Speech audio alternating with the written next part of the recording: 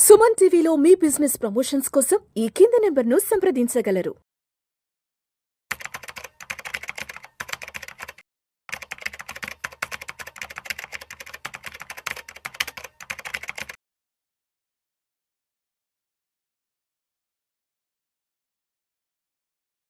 నమస్తే.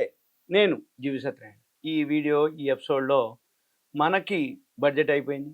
బడ్జెట్ తర్వాత ఇప్పుడు ఒక 120 ప్లేస్‌లకి విమాన సర్వీసెస్‌లు సేవలు పెంచాలి. చిన్న చిన్న పట్టణాల్లో కూడా చేయాలనేది ఉడాన్ పథకంలో మార్పులు చేయడం జరిగింది. అవేంటియో చూద్దాము. 120 గమ్యస్థానాలని అనుసంధానించడం జరిగింది. ఇప్పుడు రాబోయే రోజుల్లో చిన్న చిన్న పట్టణాలకు కూడా విమాన సేవలు పెంచేందుకు ఈ ఉడాన్ పథకంలో ప్రభుత్వం కొన్ని మార్పులు చేయడం జరిగింది. ఆ మార్పులు ఏందో చూద్దాము. కొత్తగా 120 గమ్యస్థానాలకి అనుసంధానించడం జరిగింది. ఒకప్పటికి ఇప్పటికి ఏంటిదంటే ఇప్పుడు ఎవరైతే అంటే ఎకానమీ బాగుండటం, ఎవరైతే ఇన్కము బాగా రావటం, ఫ్లైట్‌లో ఎక్కువ జర్నీ చేయటం. ఇప్పుడు ఎక్కడికైనా పోవాలి అనగానే ఫ్లైట్‌లోనే ఎక్కువ శాతం అనమాట. అంటే మీకు ఒక చిన్న ఉదాహరణ, అంటే మన పిల్లలు ఇప్పుడు యూఎస్ కానీ ఎక్కడికైనా పోయినరో ఈ మధ్య కాలంలో చాలా సార్లు పేపర్‌లో కూడా పడింది. ఎయిర్‌పోర్ట్‌లు కూడా బస్ స్టాండ్‌ల మాదిరి అయినాయి అనమాట. అంత రష్ ఉంటుంది. శబరిమలై గానీ, ఇప్పుడు ప్రయాగ్‌రాజ్ కుంభమేళా గానీ, ఇటువంటియన్నీ లేపోతే యూఎస్ గానీ ఎప్పుడైనా మన పిల్లల్ని పంపించటానికి ఎడ్యుకేషన్ లోన్ తీసుకొని వాళ్ళంతా వెళ్ళిపోవటం గానీ, రావటం గానీ ఇలా జరుగుతుంది. అంటే అంత రష్ ఉంటుందనమాట ఎయిర్‌పోర్ట్‌లు.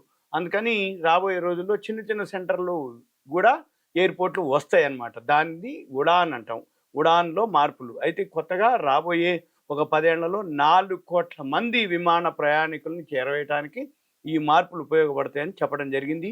ఈ ఉడాన్ అంటే ఏందంటే ఉడే దేశ్ కా ఆమ్ నాగరిక్. ఉడే దేశ్ కా ఆమ్ నాగరిక్. కింద అంటే ఇప్పటివరకు 88 విమానాశ్రయాలకు అనుసంధానం జరిగింది. ఇప్పుడు ఈ 88 విమానాశ్రయాలు కాకుండా 619 మార్గాల్లో ఈ విమాన సేవలు అందుబాటులోకి రావడం జరిగింది ఇప్పటివరకు. అయితే ఈ విమానంలో ప్రయాణించాలనే కలను అంటే దాదాపు 1.5 కోట్ల మంది మధ్య తరగతి ప్రజలకు ఉడాన్ పథకం సాకారం చేసింది.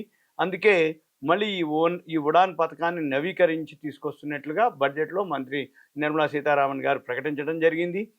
ఇప్పుడు అంటే హెలిప్యాడ్లు అనుకోండి, కొండ ప్రాంతాల్లో చిన్నపాటి విమానాశ్రయాల ఏర్పాటుకు, ఈశాన్య ప్రాంతాల్లో విమాన సదుపాయాలు పెంచడానికి ఈ పథకం ఉపయోగపడుతుందనమాట. అంటే ఈ పథకం వల్ల ఏమైతుందంటే మన పని ఏంటిదిగా, మన షేర్ మార్కెట్‌కి సంబంధించి రాబోయే రోజుల్లో దీనికి సంబంధించిన ఏవైతే షేర్లు ఉంటాయో అవన్నీ కూడా రాబోయే రోజుల్లో ఇంకా పెరుగుతాయి. నేను మీకు 1, 2 కంపెనీల పేరు చెప్తా. అది ఎలా ఉంటదో, ఎక్కడ ఉంటదో చెప్తాను. ముందు ఇది అయిపోయినాక చెప్తా.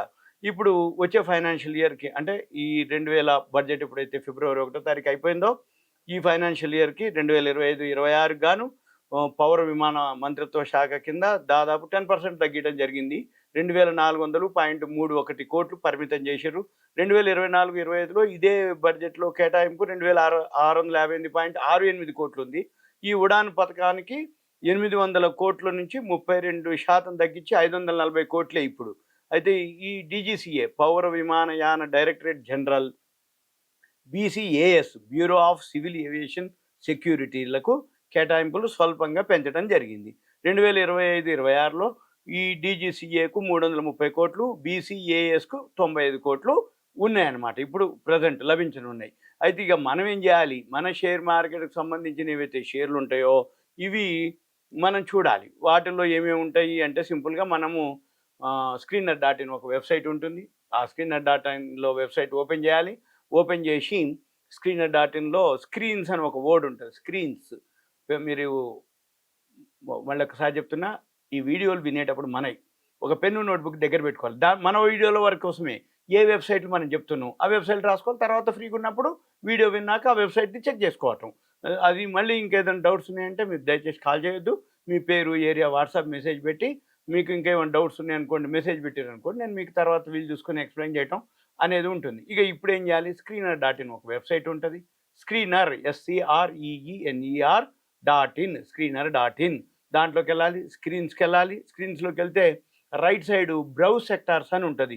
ఈ బ్రౌజ్ సెక్టార్స్లో first word aerospace and defence అని ఒక వర్డ్ ఉంటుంది. దాన్ని ఆ బ్రౌజ్ సెక్టార్లో ఆ సెక్టార్ అనమాట. దాన్ని క్లిక్ చేయాలి. 28 కంపెనీలు ఉన్నాయి దీంట్లో.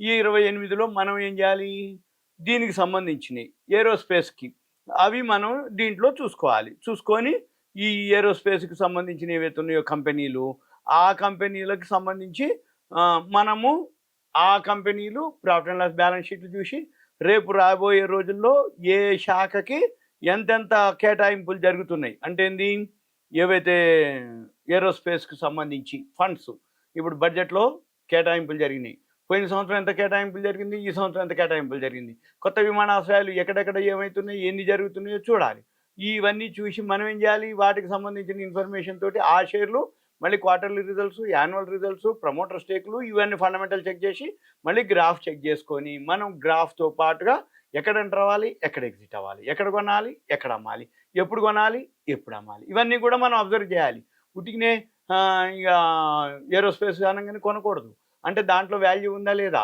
రేపు రాబోయే రోజుల్లో ఏ కంపెనీ అంటే ఎక్కడ ఏ స్టేట్లో ఎన్ని తొందరగా అవుతున్నాయి అక్కడ ఏ విమానాలు తిరుగుతున్నాయి ఏ విమానాలకి అంటే ఎక్కువ విమానాలు ఏవి తిరుగుతున్నాయి అంటే ఆ విమానాలకు బిజినెస్ బాగున్నట్టు మన పని ఏంటిది విమానాశ్రయాలు ఉండాలి విమానాలు తిరిగే విమానాలు కావాలి ఆ తిరిగే విమానాలు ఏమేమి కంపెనీలో మనం చూసుకొని వీటిలో ఉంటాయి లిస్ట్ ఉంది ఇక్కడ ఈ లిస్టు ప్రకారంగా చూసుకొని ఇప్పుడు నేను పేరు చెప్పట్లేదు ఒకవేళ మీకు ఏదైనా ఇంట్రెస్ట్ ఉంది అంటే మీరేం చేయాలి దానికి సంబంధించినటువంటి మన విమానాలకు సంబంధించినవి అనమాట అవి మనం అబ్జర్వ్ చేసి మనం చేయాలి ఇంకా మీకు ఏదైనా డౌట్ ఉందంటే మీరేం చేయాలి సింపుల్గా మీ యొక్క పేరు ఏరియా వాట్సాప్ మెసేజ్ పెట్టి ఇప్పుడు సపోజు ఏరోస్పేస్కి సంబంధించిన ఏమన్నా ఉన్నాయి అనుకోండి అవి మనం చూడాల్సి ఉంటుంది ఇప్పుడు ఇదే కాదు దీంట్లో చాలా ఉంటాయి అన్నట్టు ఏరోస్పేస్ అని కొట్టినా లేదు మీరు గూగుల్కి వెళ్ళి ఎయిర్కి సంబంధించిన ఏరోప్లేన్ అని కొట్టి దానికి సంబంధించిన షేర్స్ అని కొట్టినా మీకు ఒక పెద్ద లిస్ట్ వచ్చేస్తుంది ఏరోప్లేన్ షేర్స్ అనాలి అంటే దానికి సంబంధించిన ఏవైతే ఉన్నాయో అవి మనకి లిస్ట్ వస్తుంది మనం ఏం చేయాలి మళ్ళీ ఆ షేర్లని అబ్జర్వ్ చేయాలి ఆ షేర్స్ ఫాలో అవ్వాలి ఏవియేషన్ సెక్టార్ అంటాం దాన్ని ఏవియేషన్ సెక్టార్ ఏవైతే ఉన్నాయో వాటికి సంబంధించిన ఏవైతే కంపెనీలు ఉంటాయో అవి మనం అబ్జర్వ్ చేయాల్సి ఉంటుంది సింపుల్గా ఇగో దీంట్లో వచ్చి ఇంటర్ గ్లోబ్ ఏవియేషన్ అని స్పైస్ జెట్ గ్లోబల్ వెక్ట్రా ఇలా అనమాట కంపెనీలు ఉంటాయి ఏవైతే ఉన్నాయో అవి మనం అబ్జర్వ్ చేయాలి మన పని ఏంటి సింపుల్గా ఏవైతే ఉన్నాయో top companies inter globe aviation global Vectra మనం ఇట్లా అంటే ఏంది దీనివల్ల ఏం తెలుస్తుంది మనకి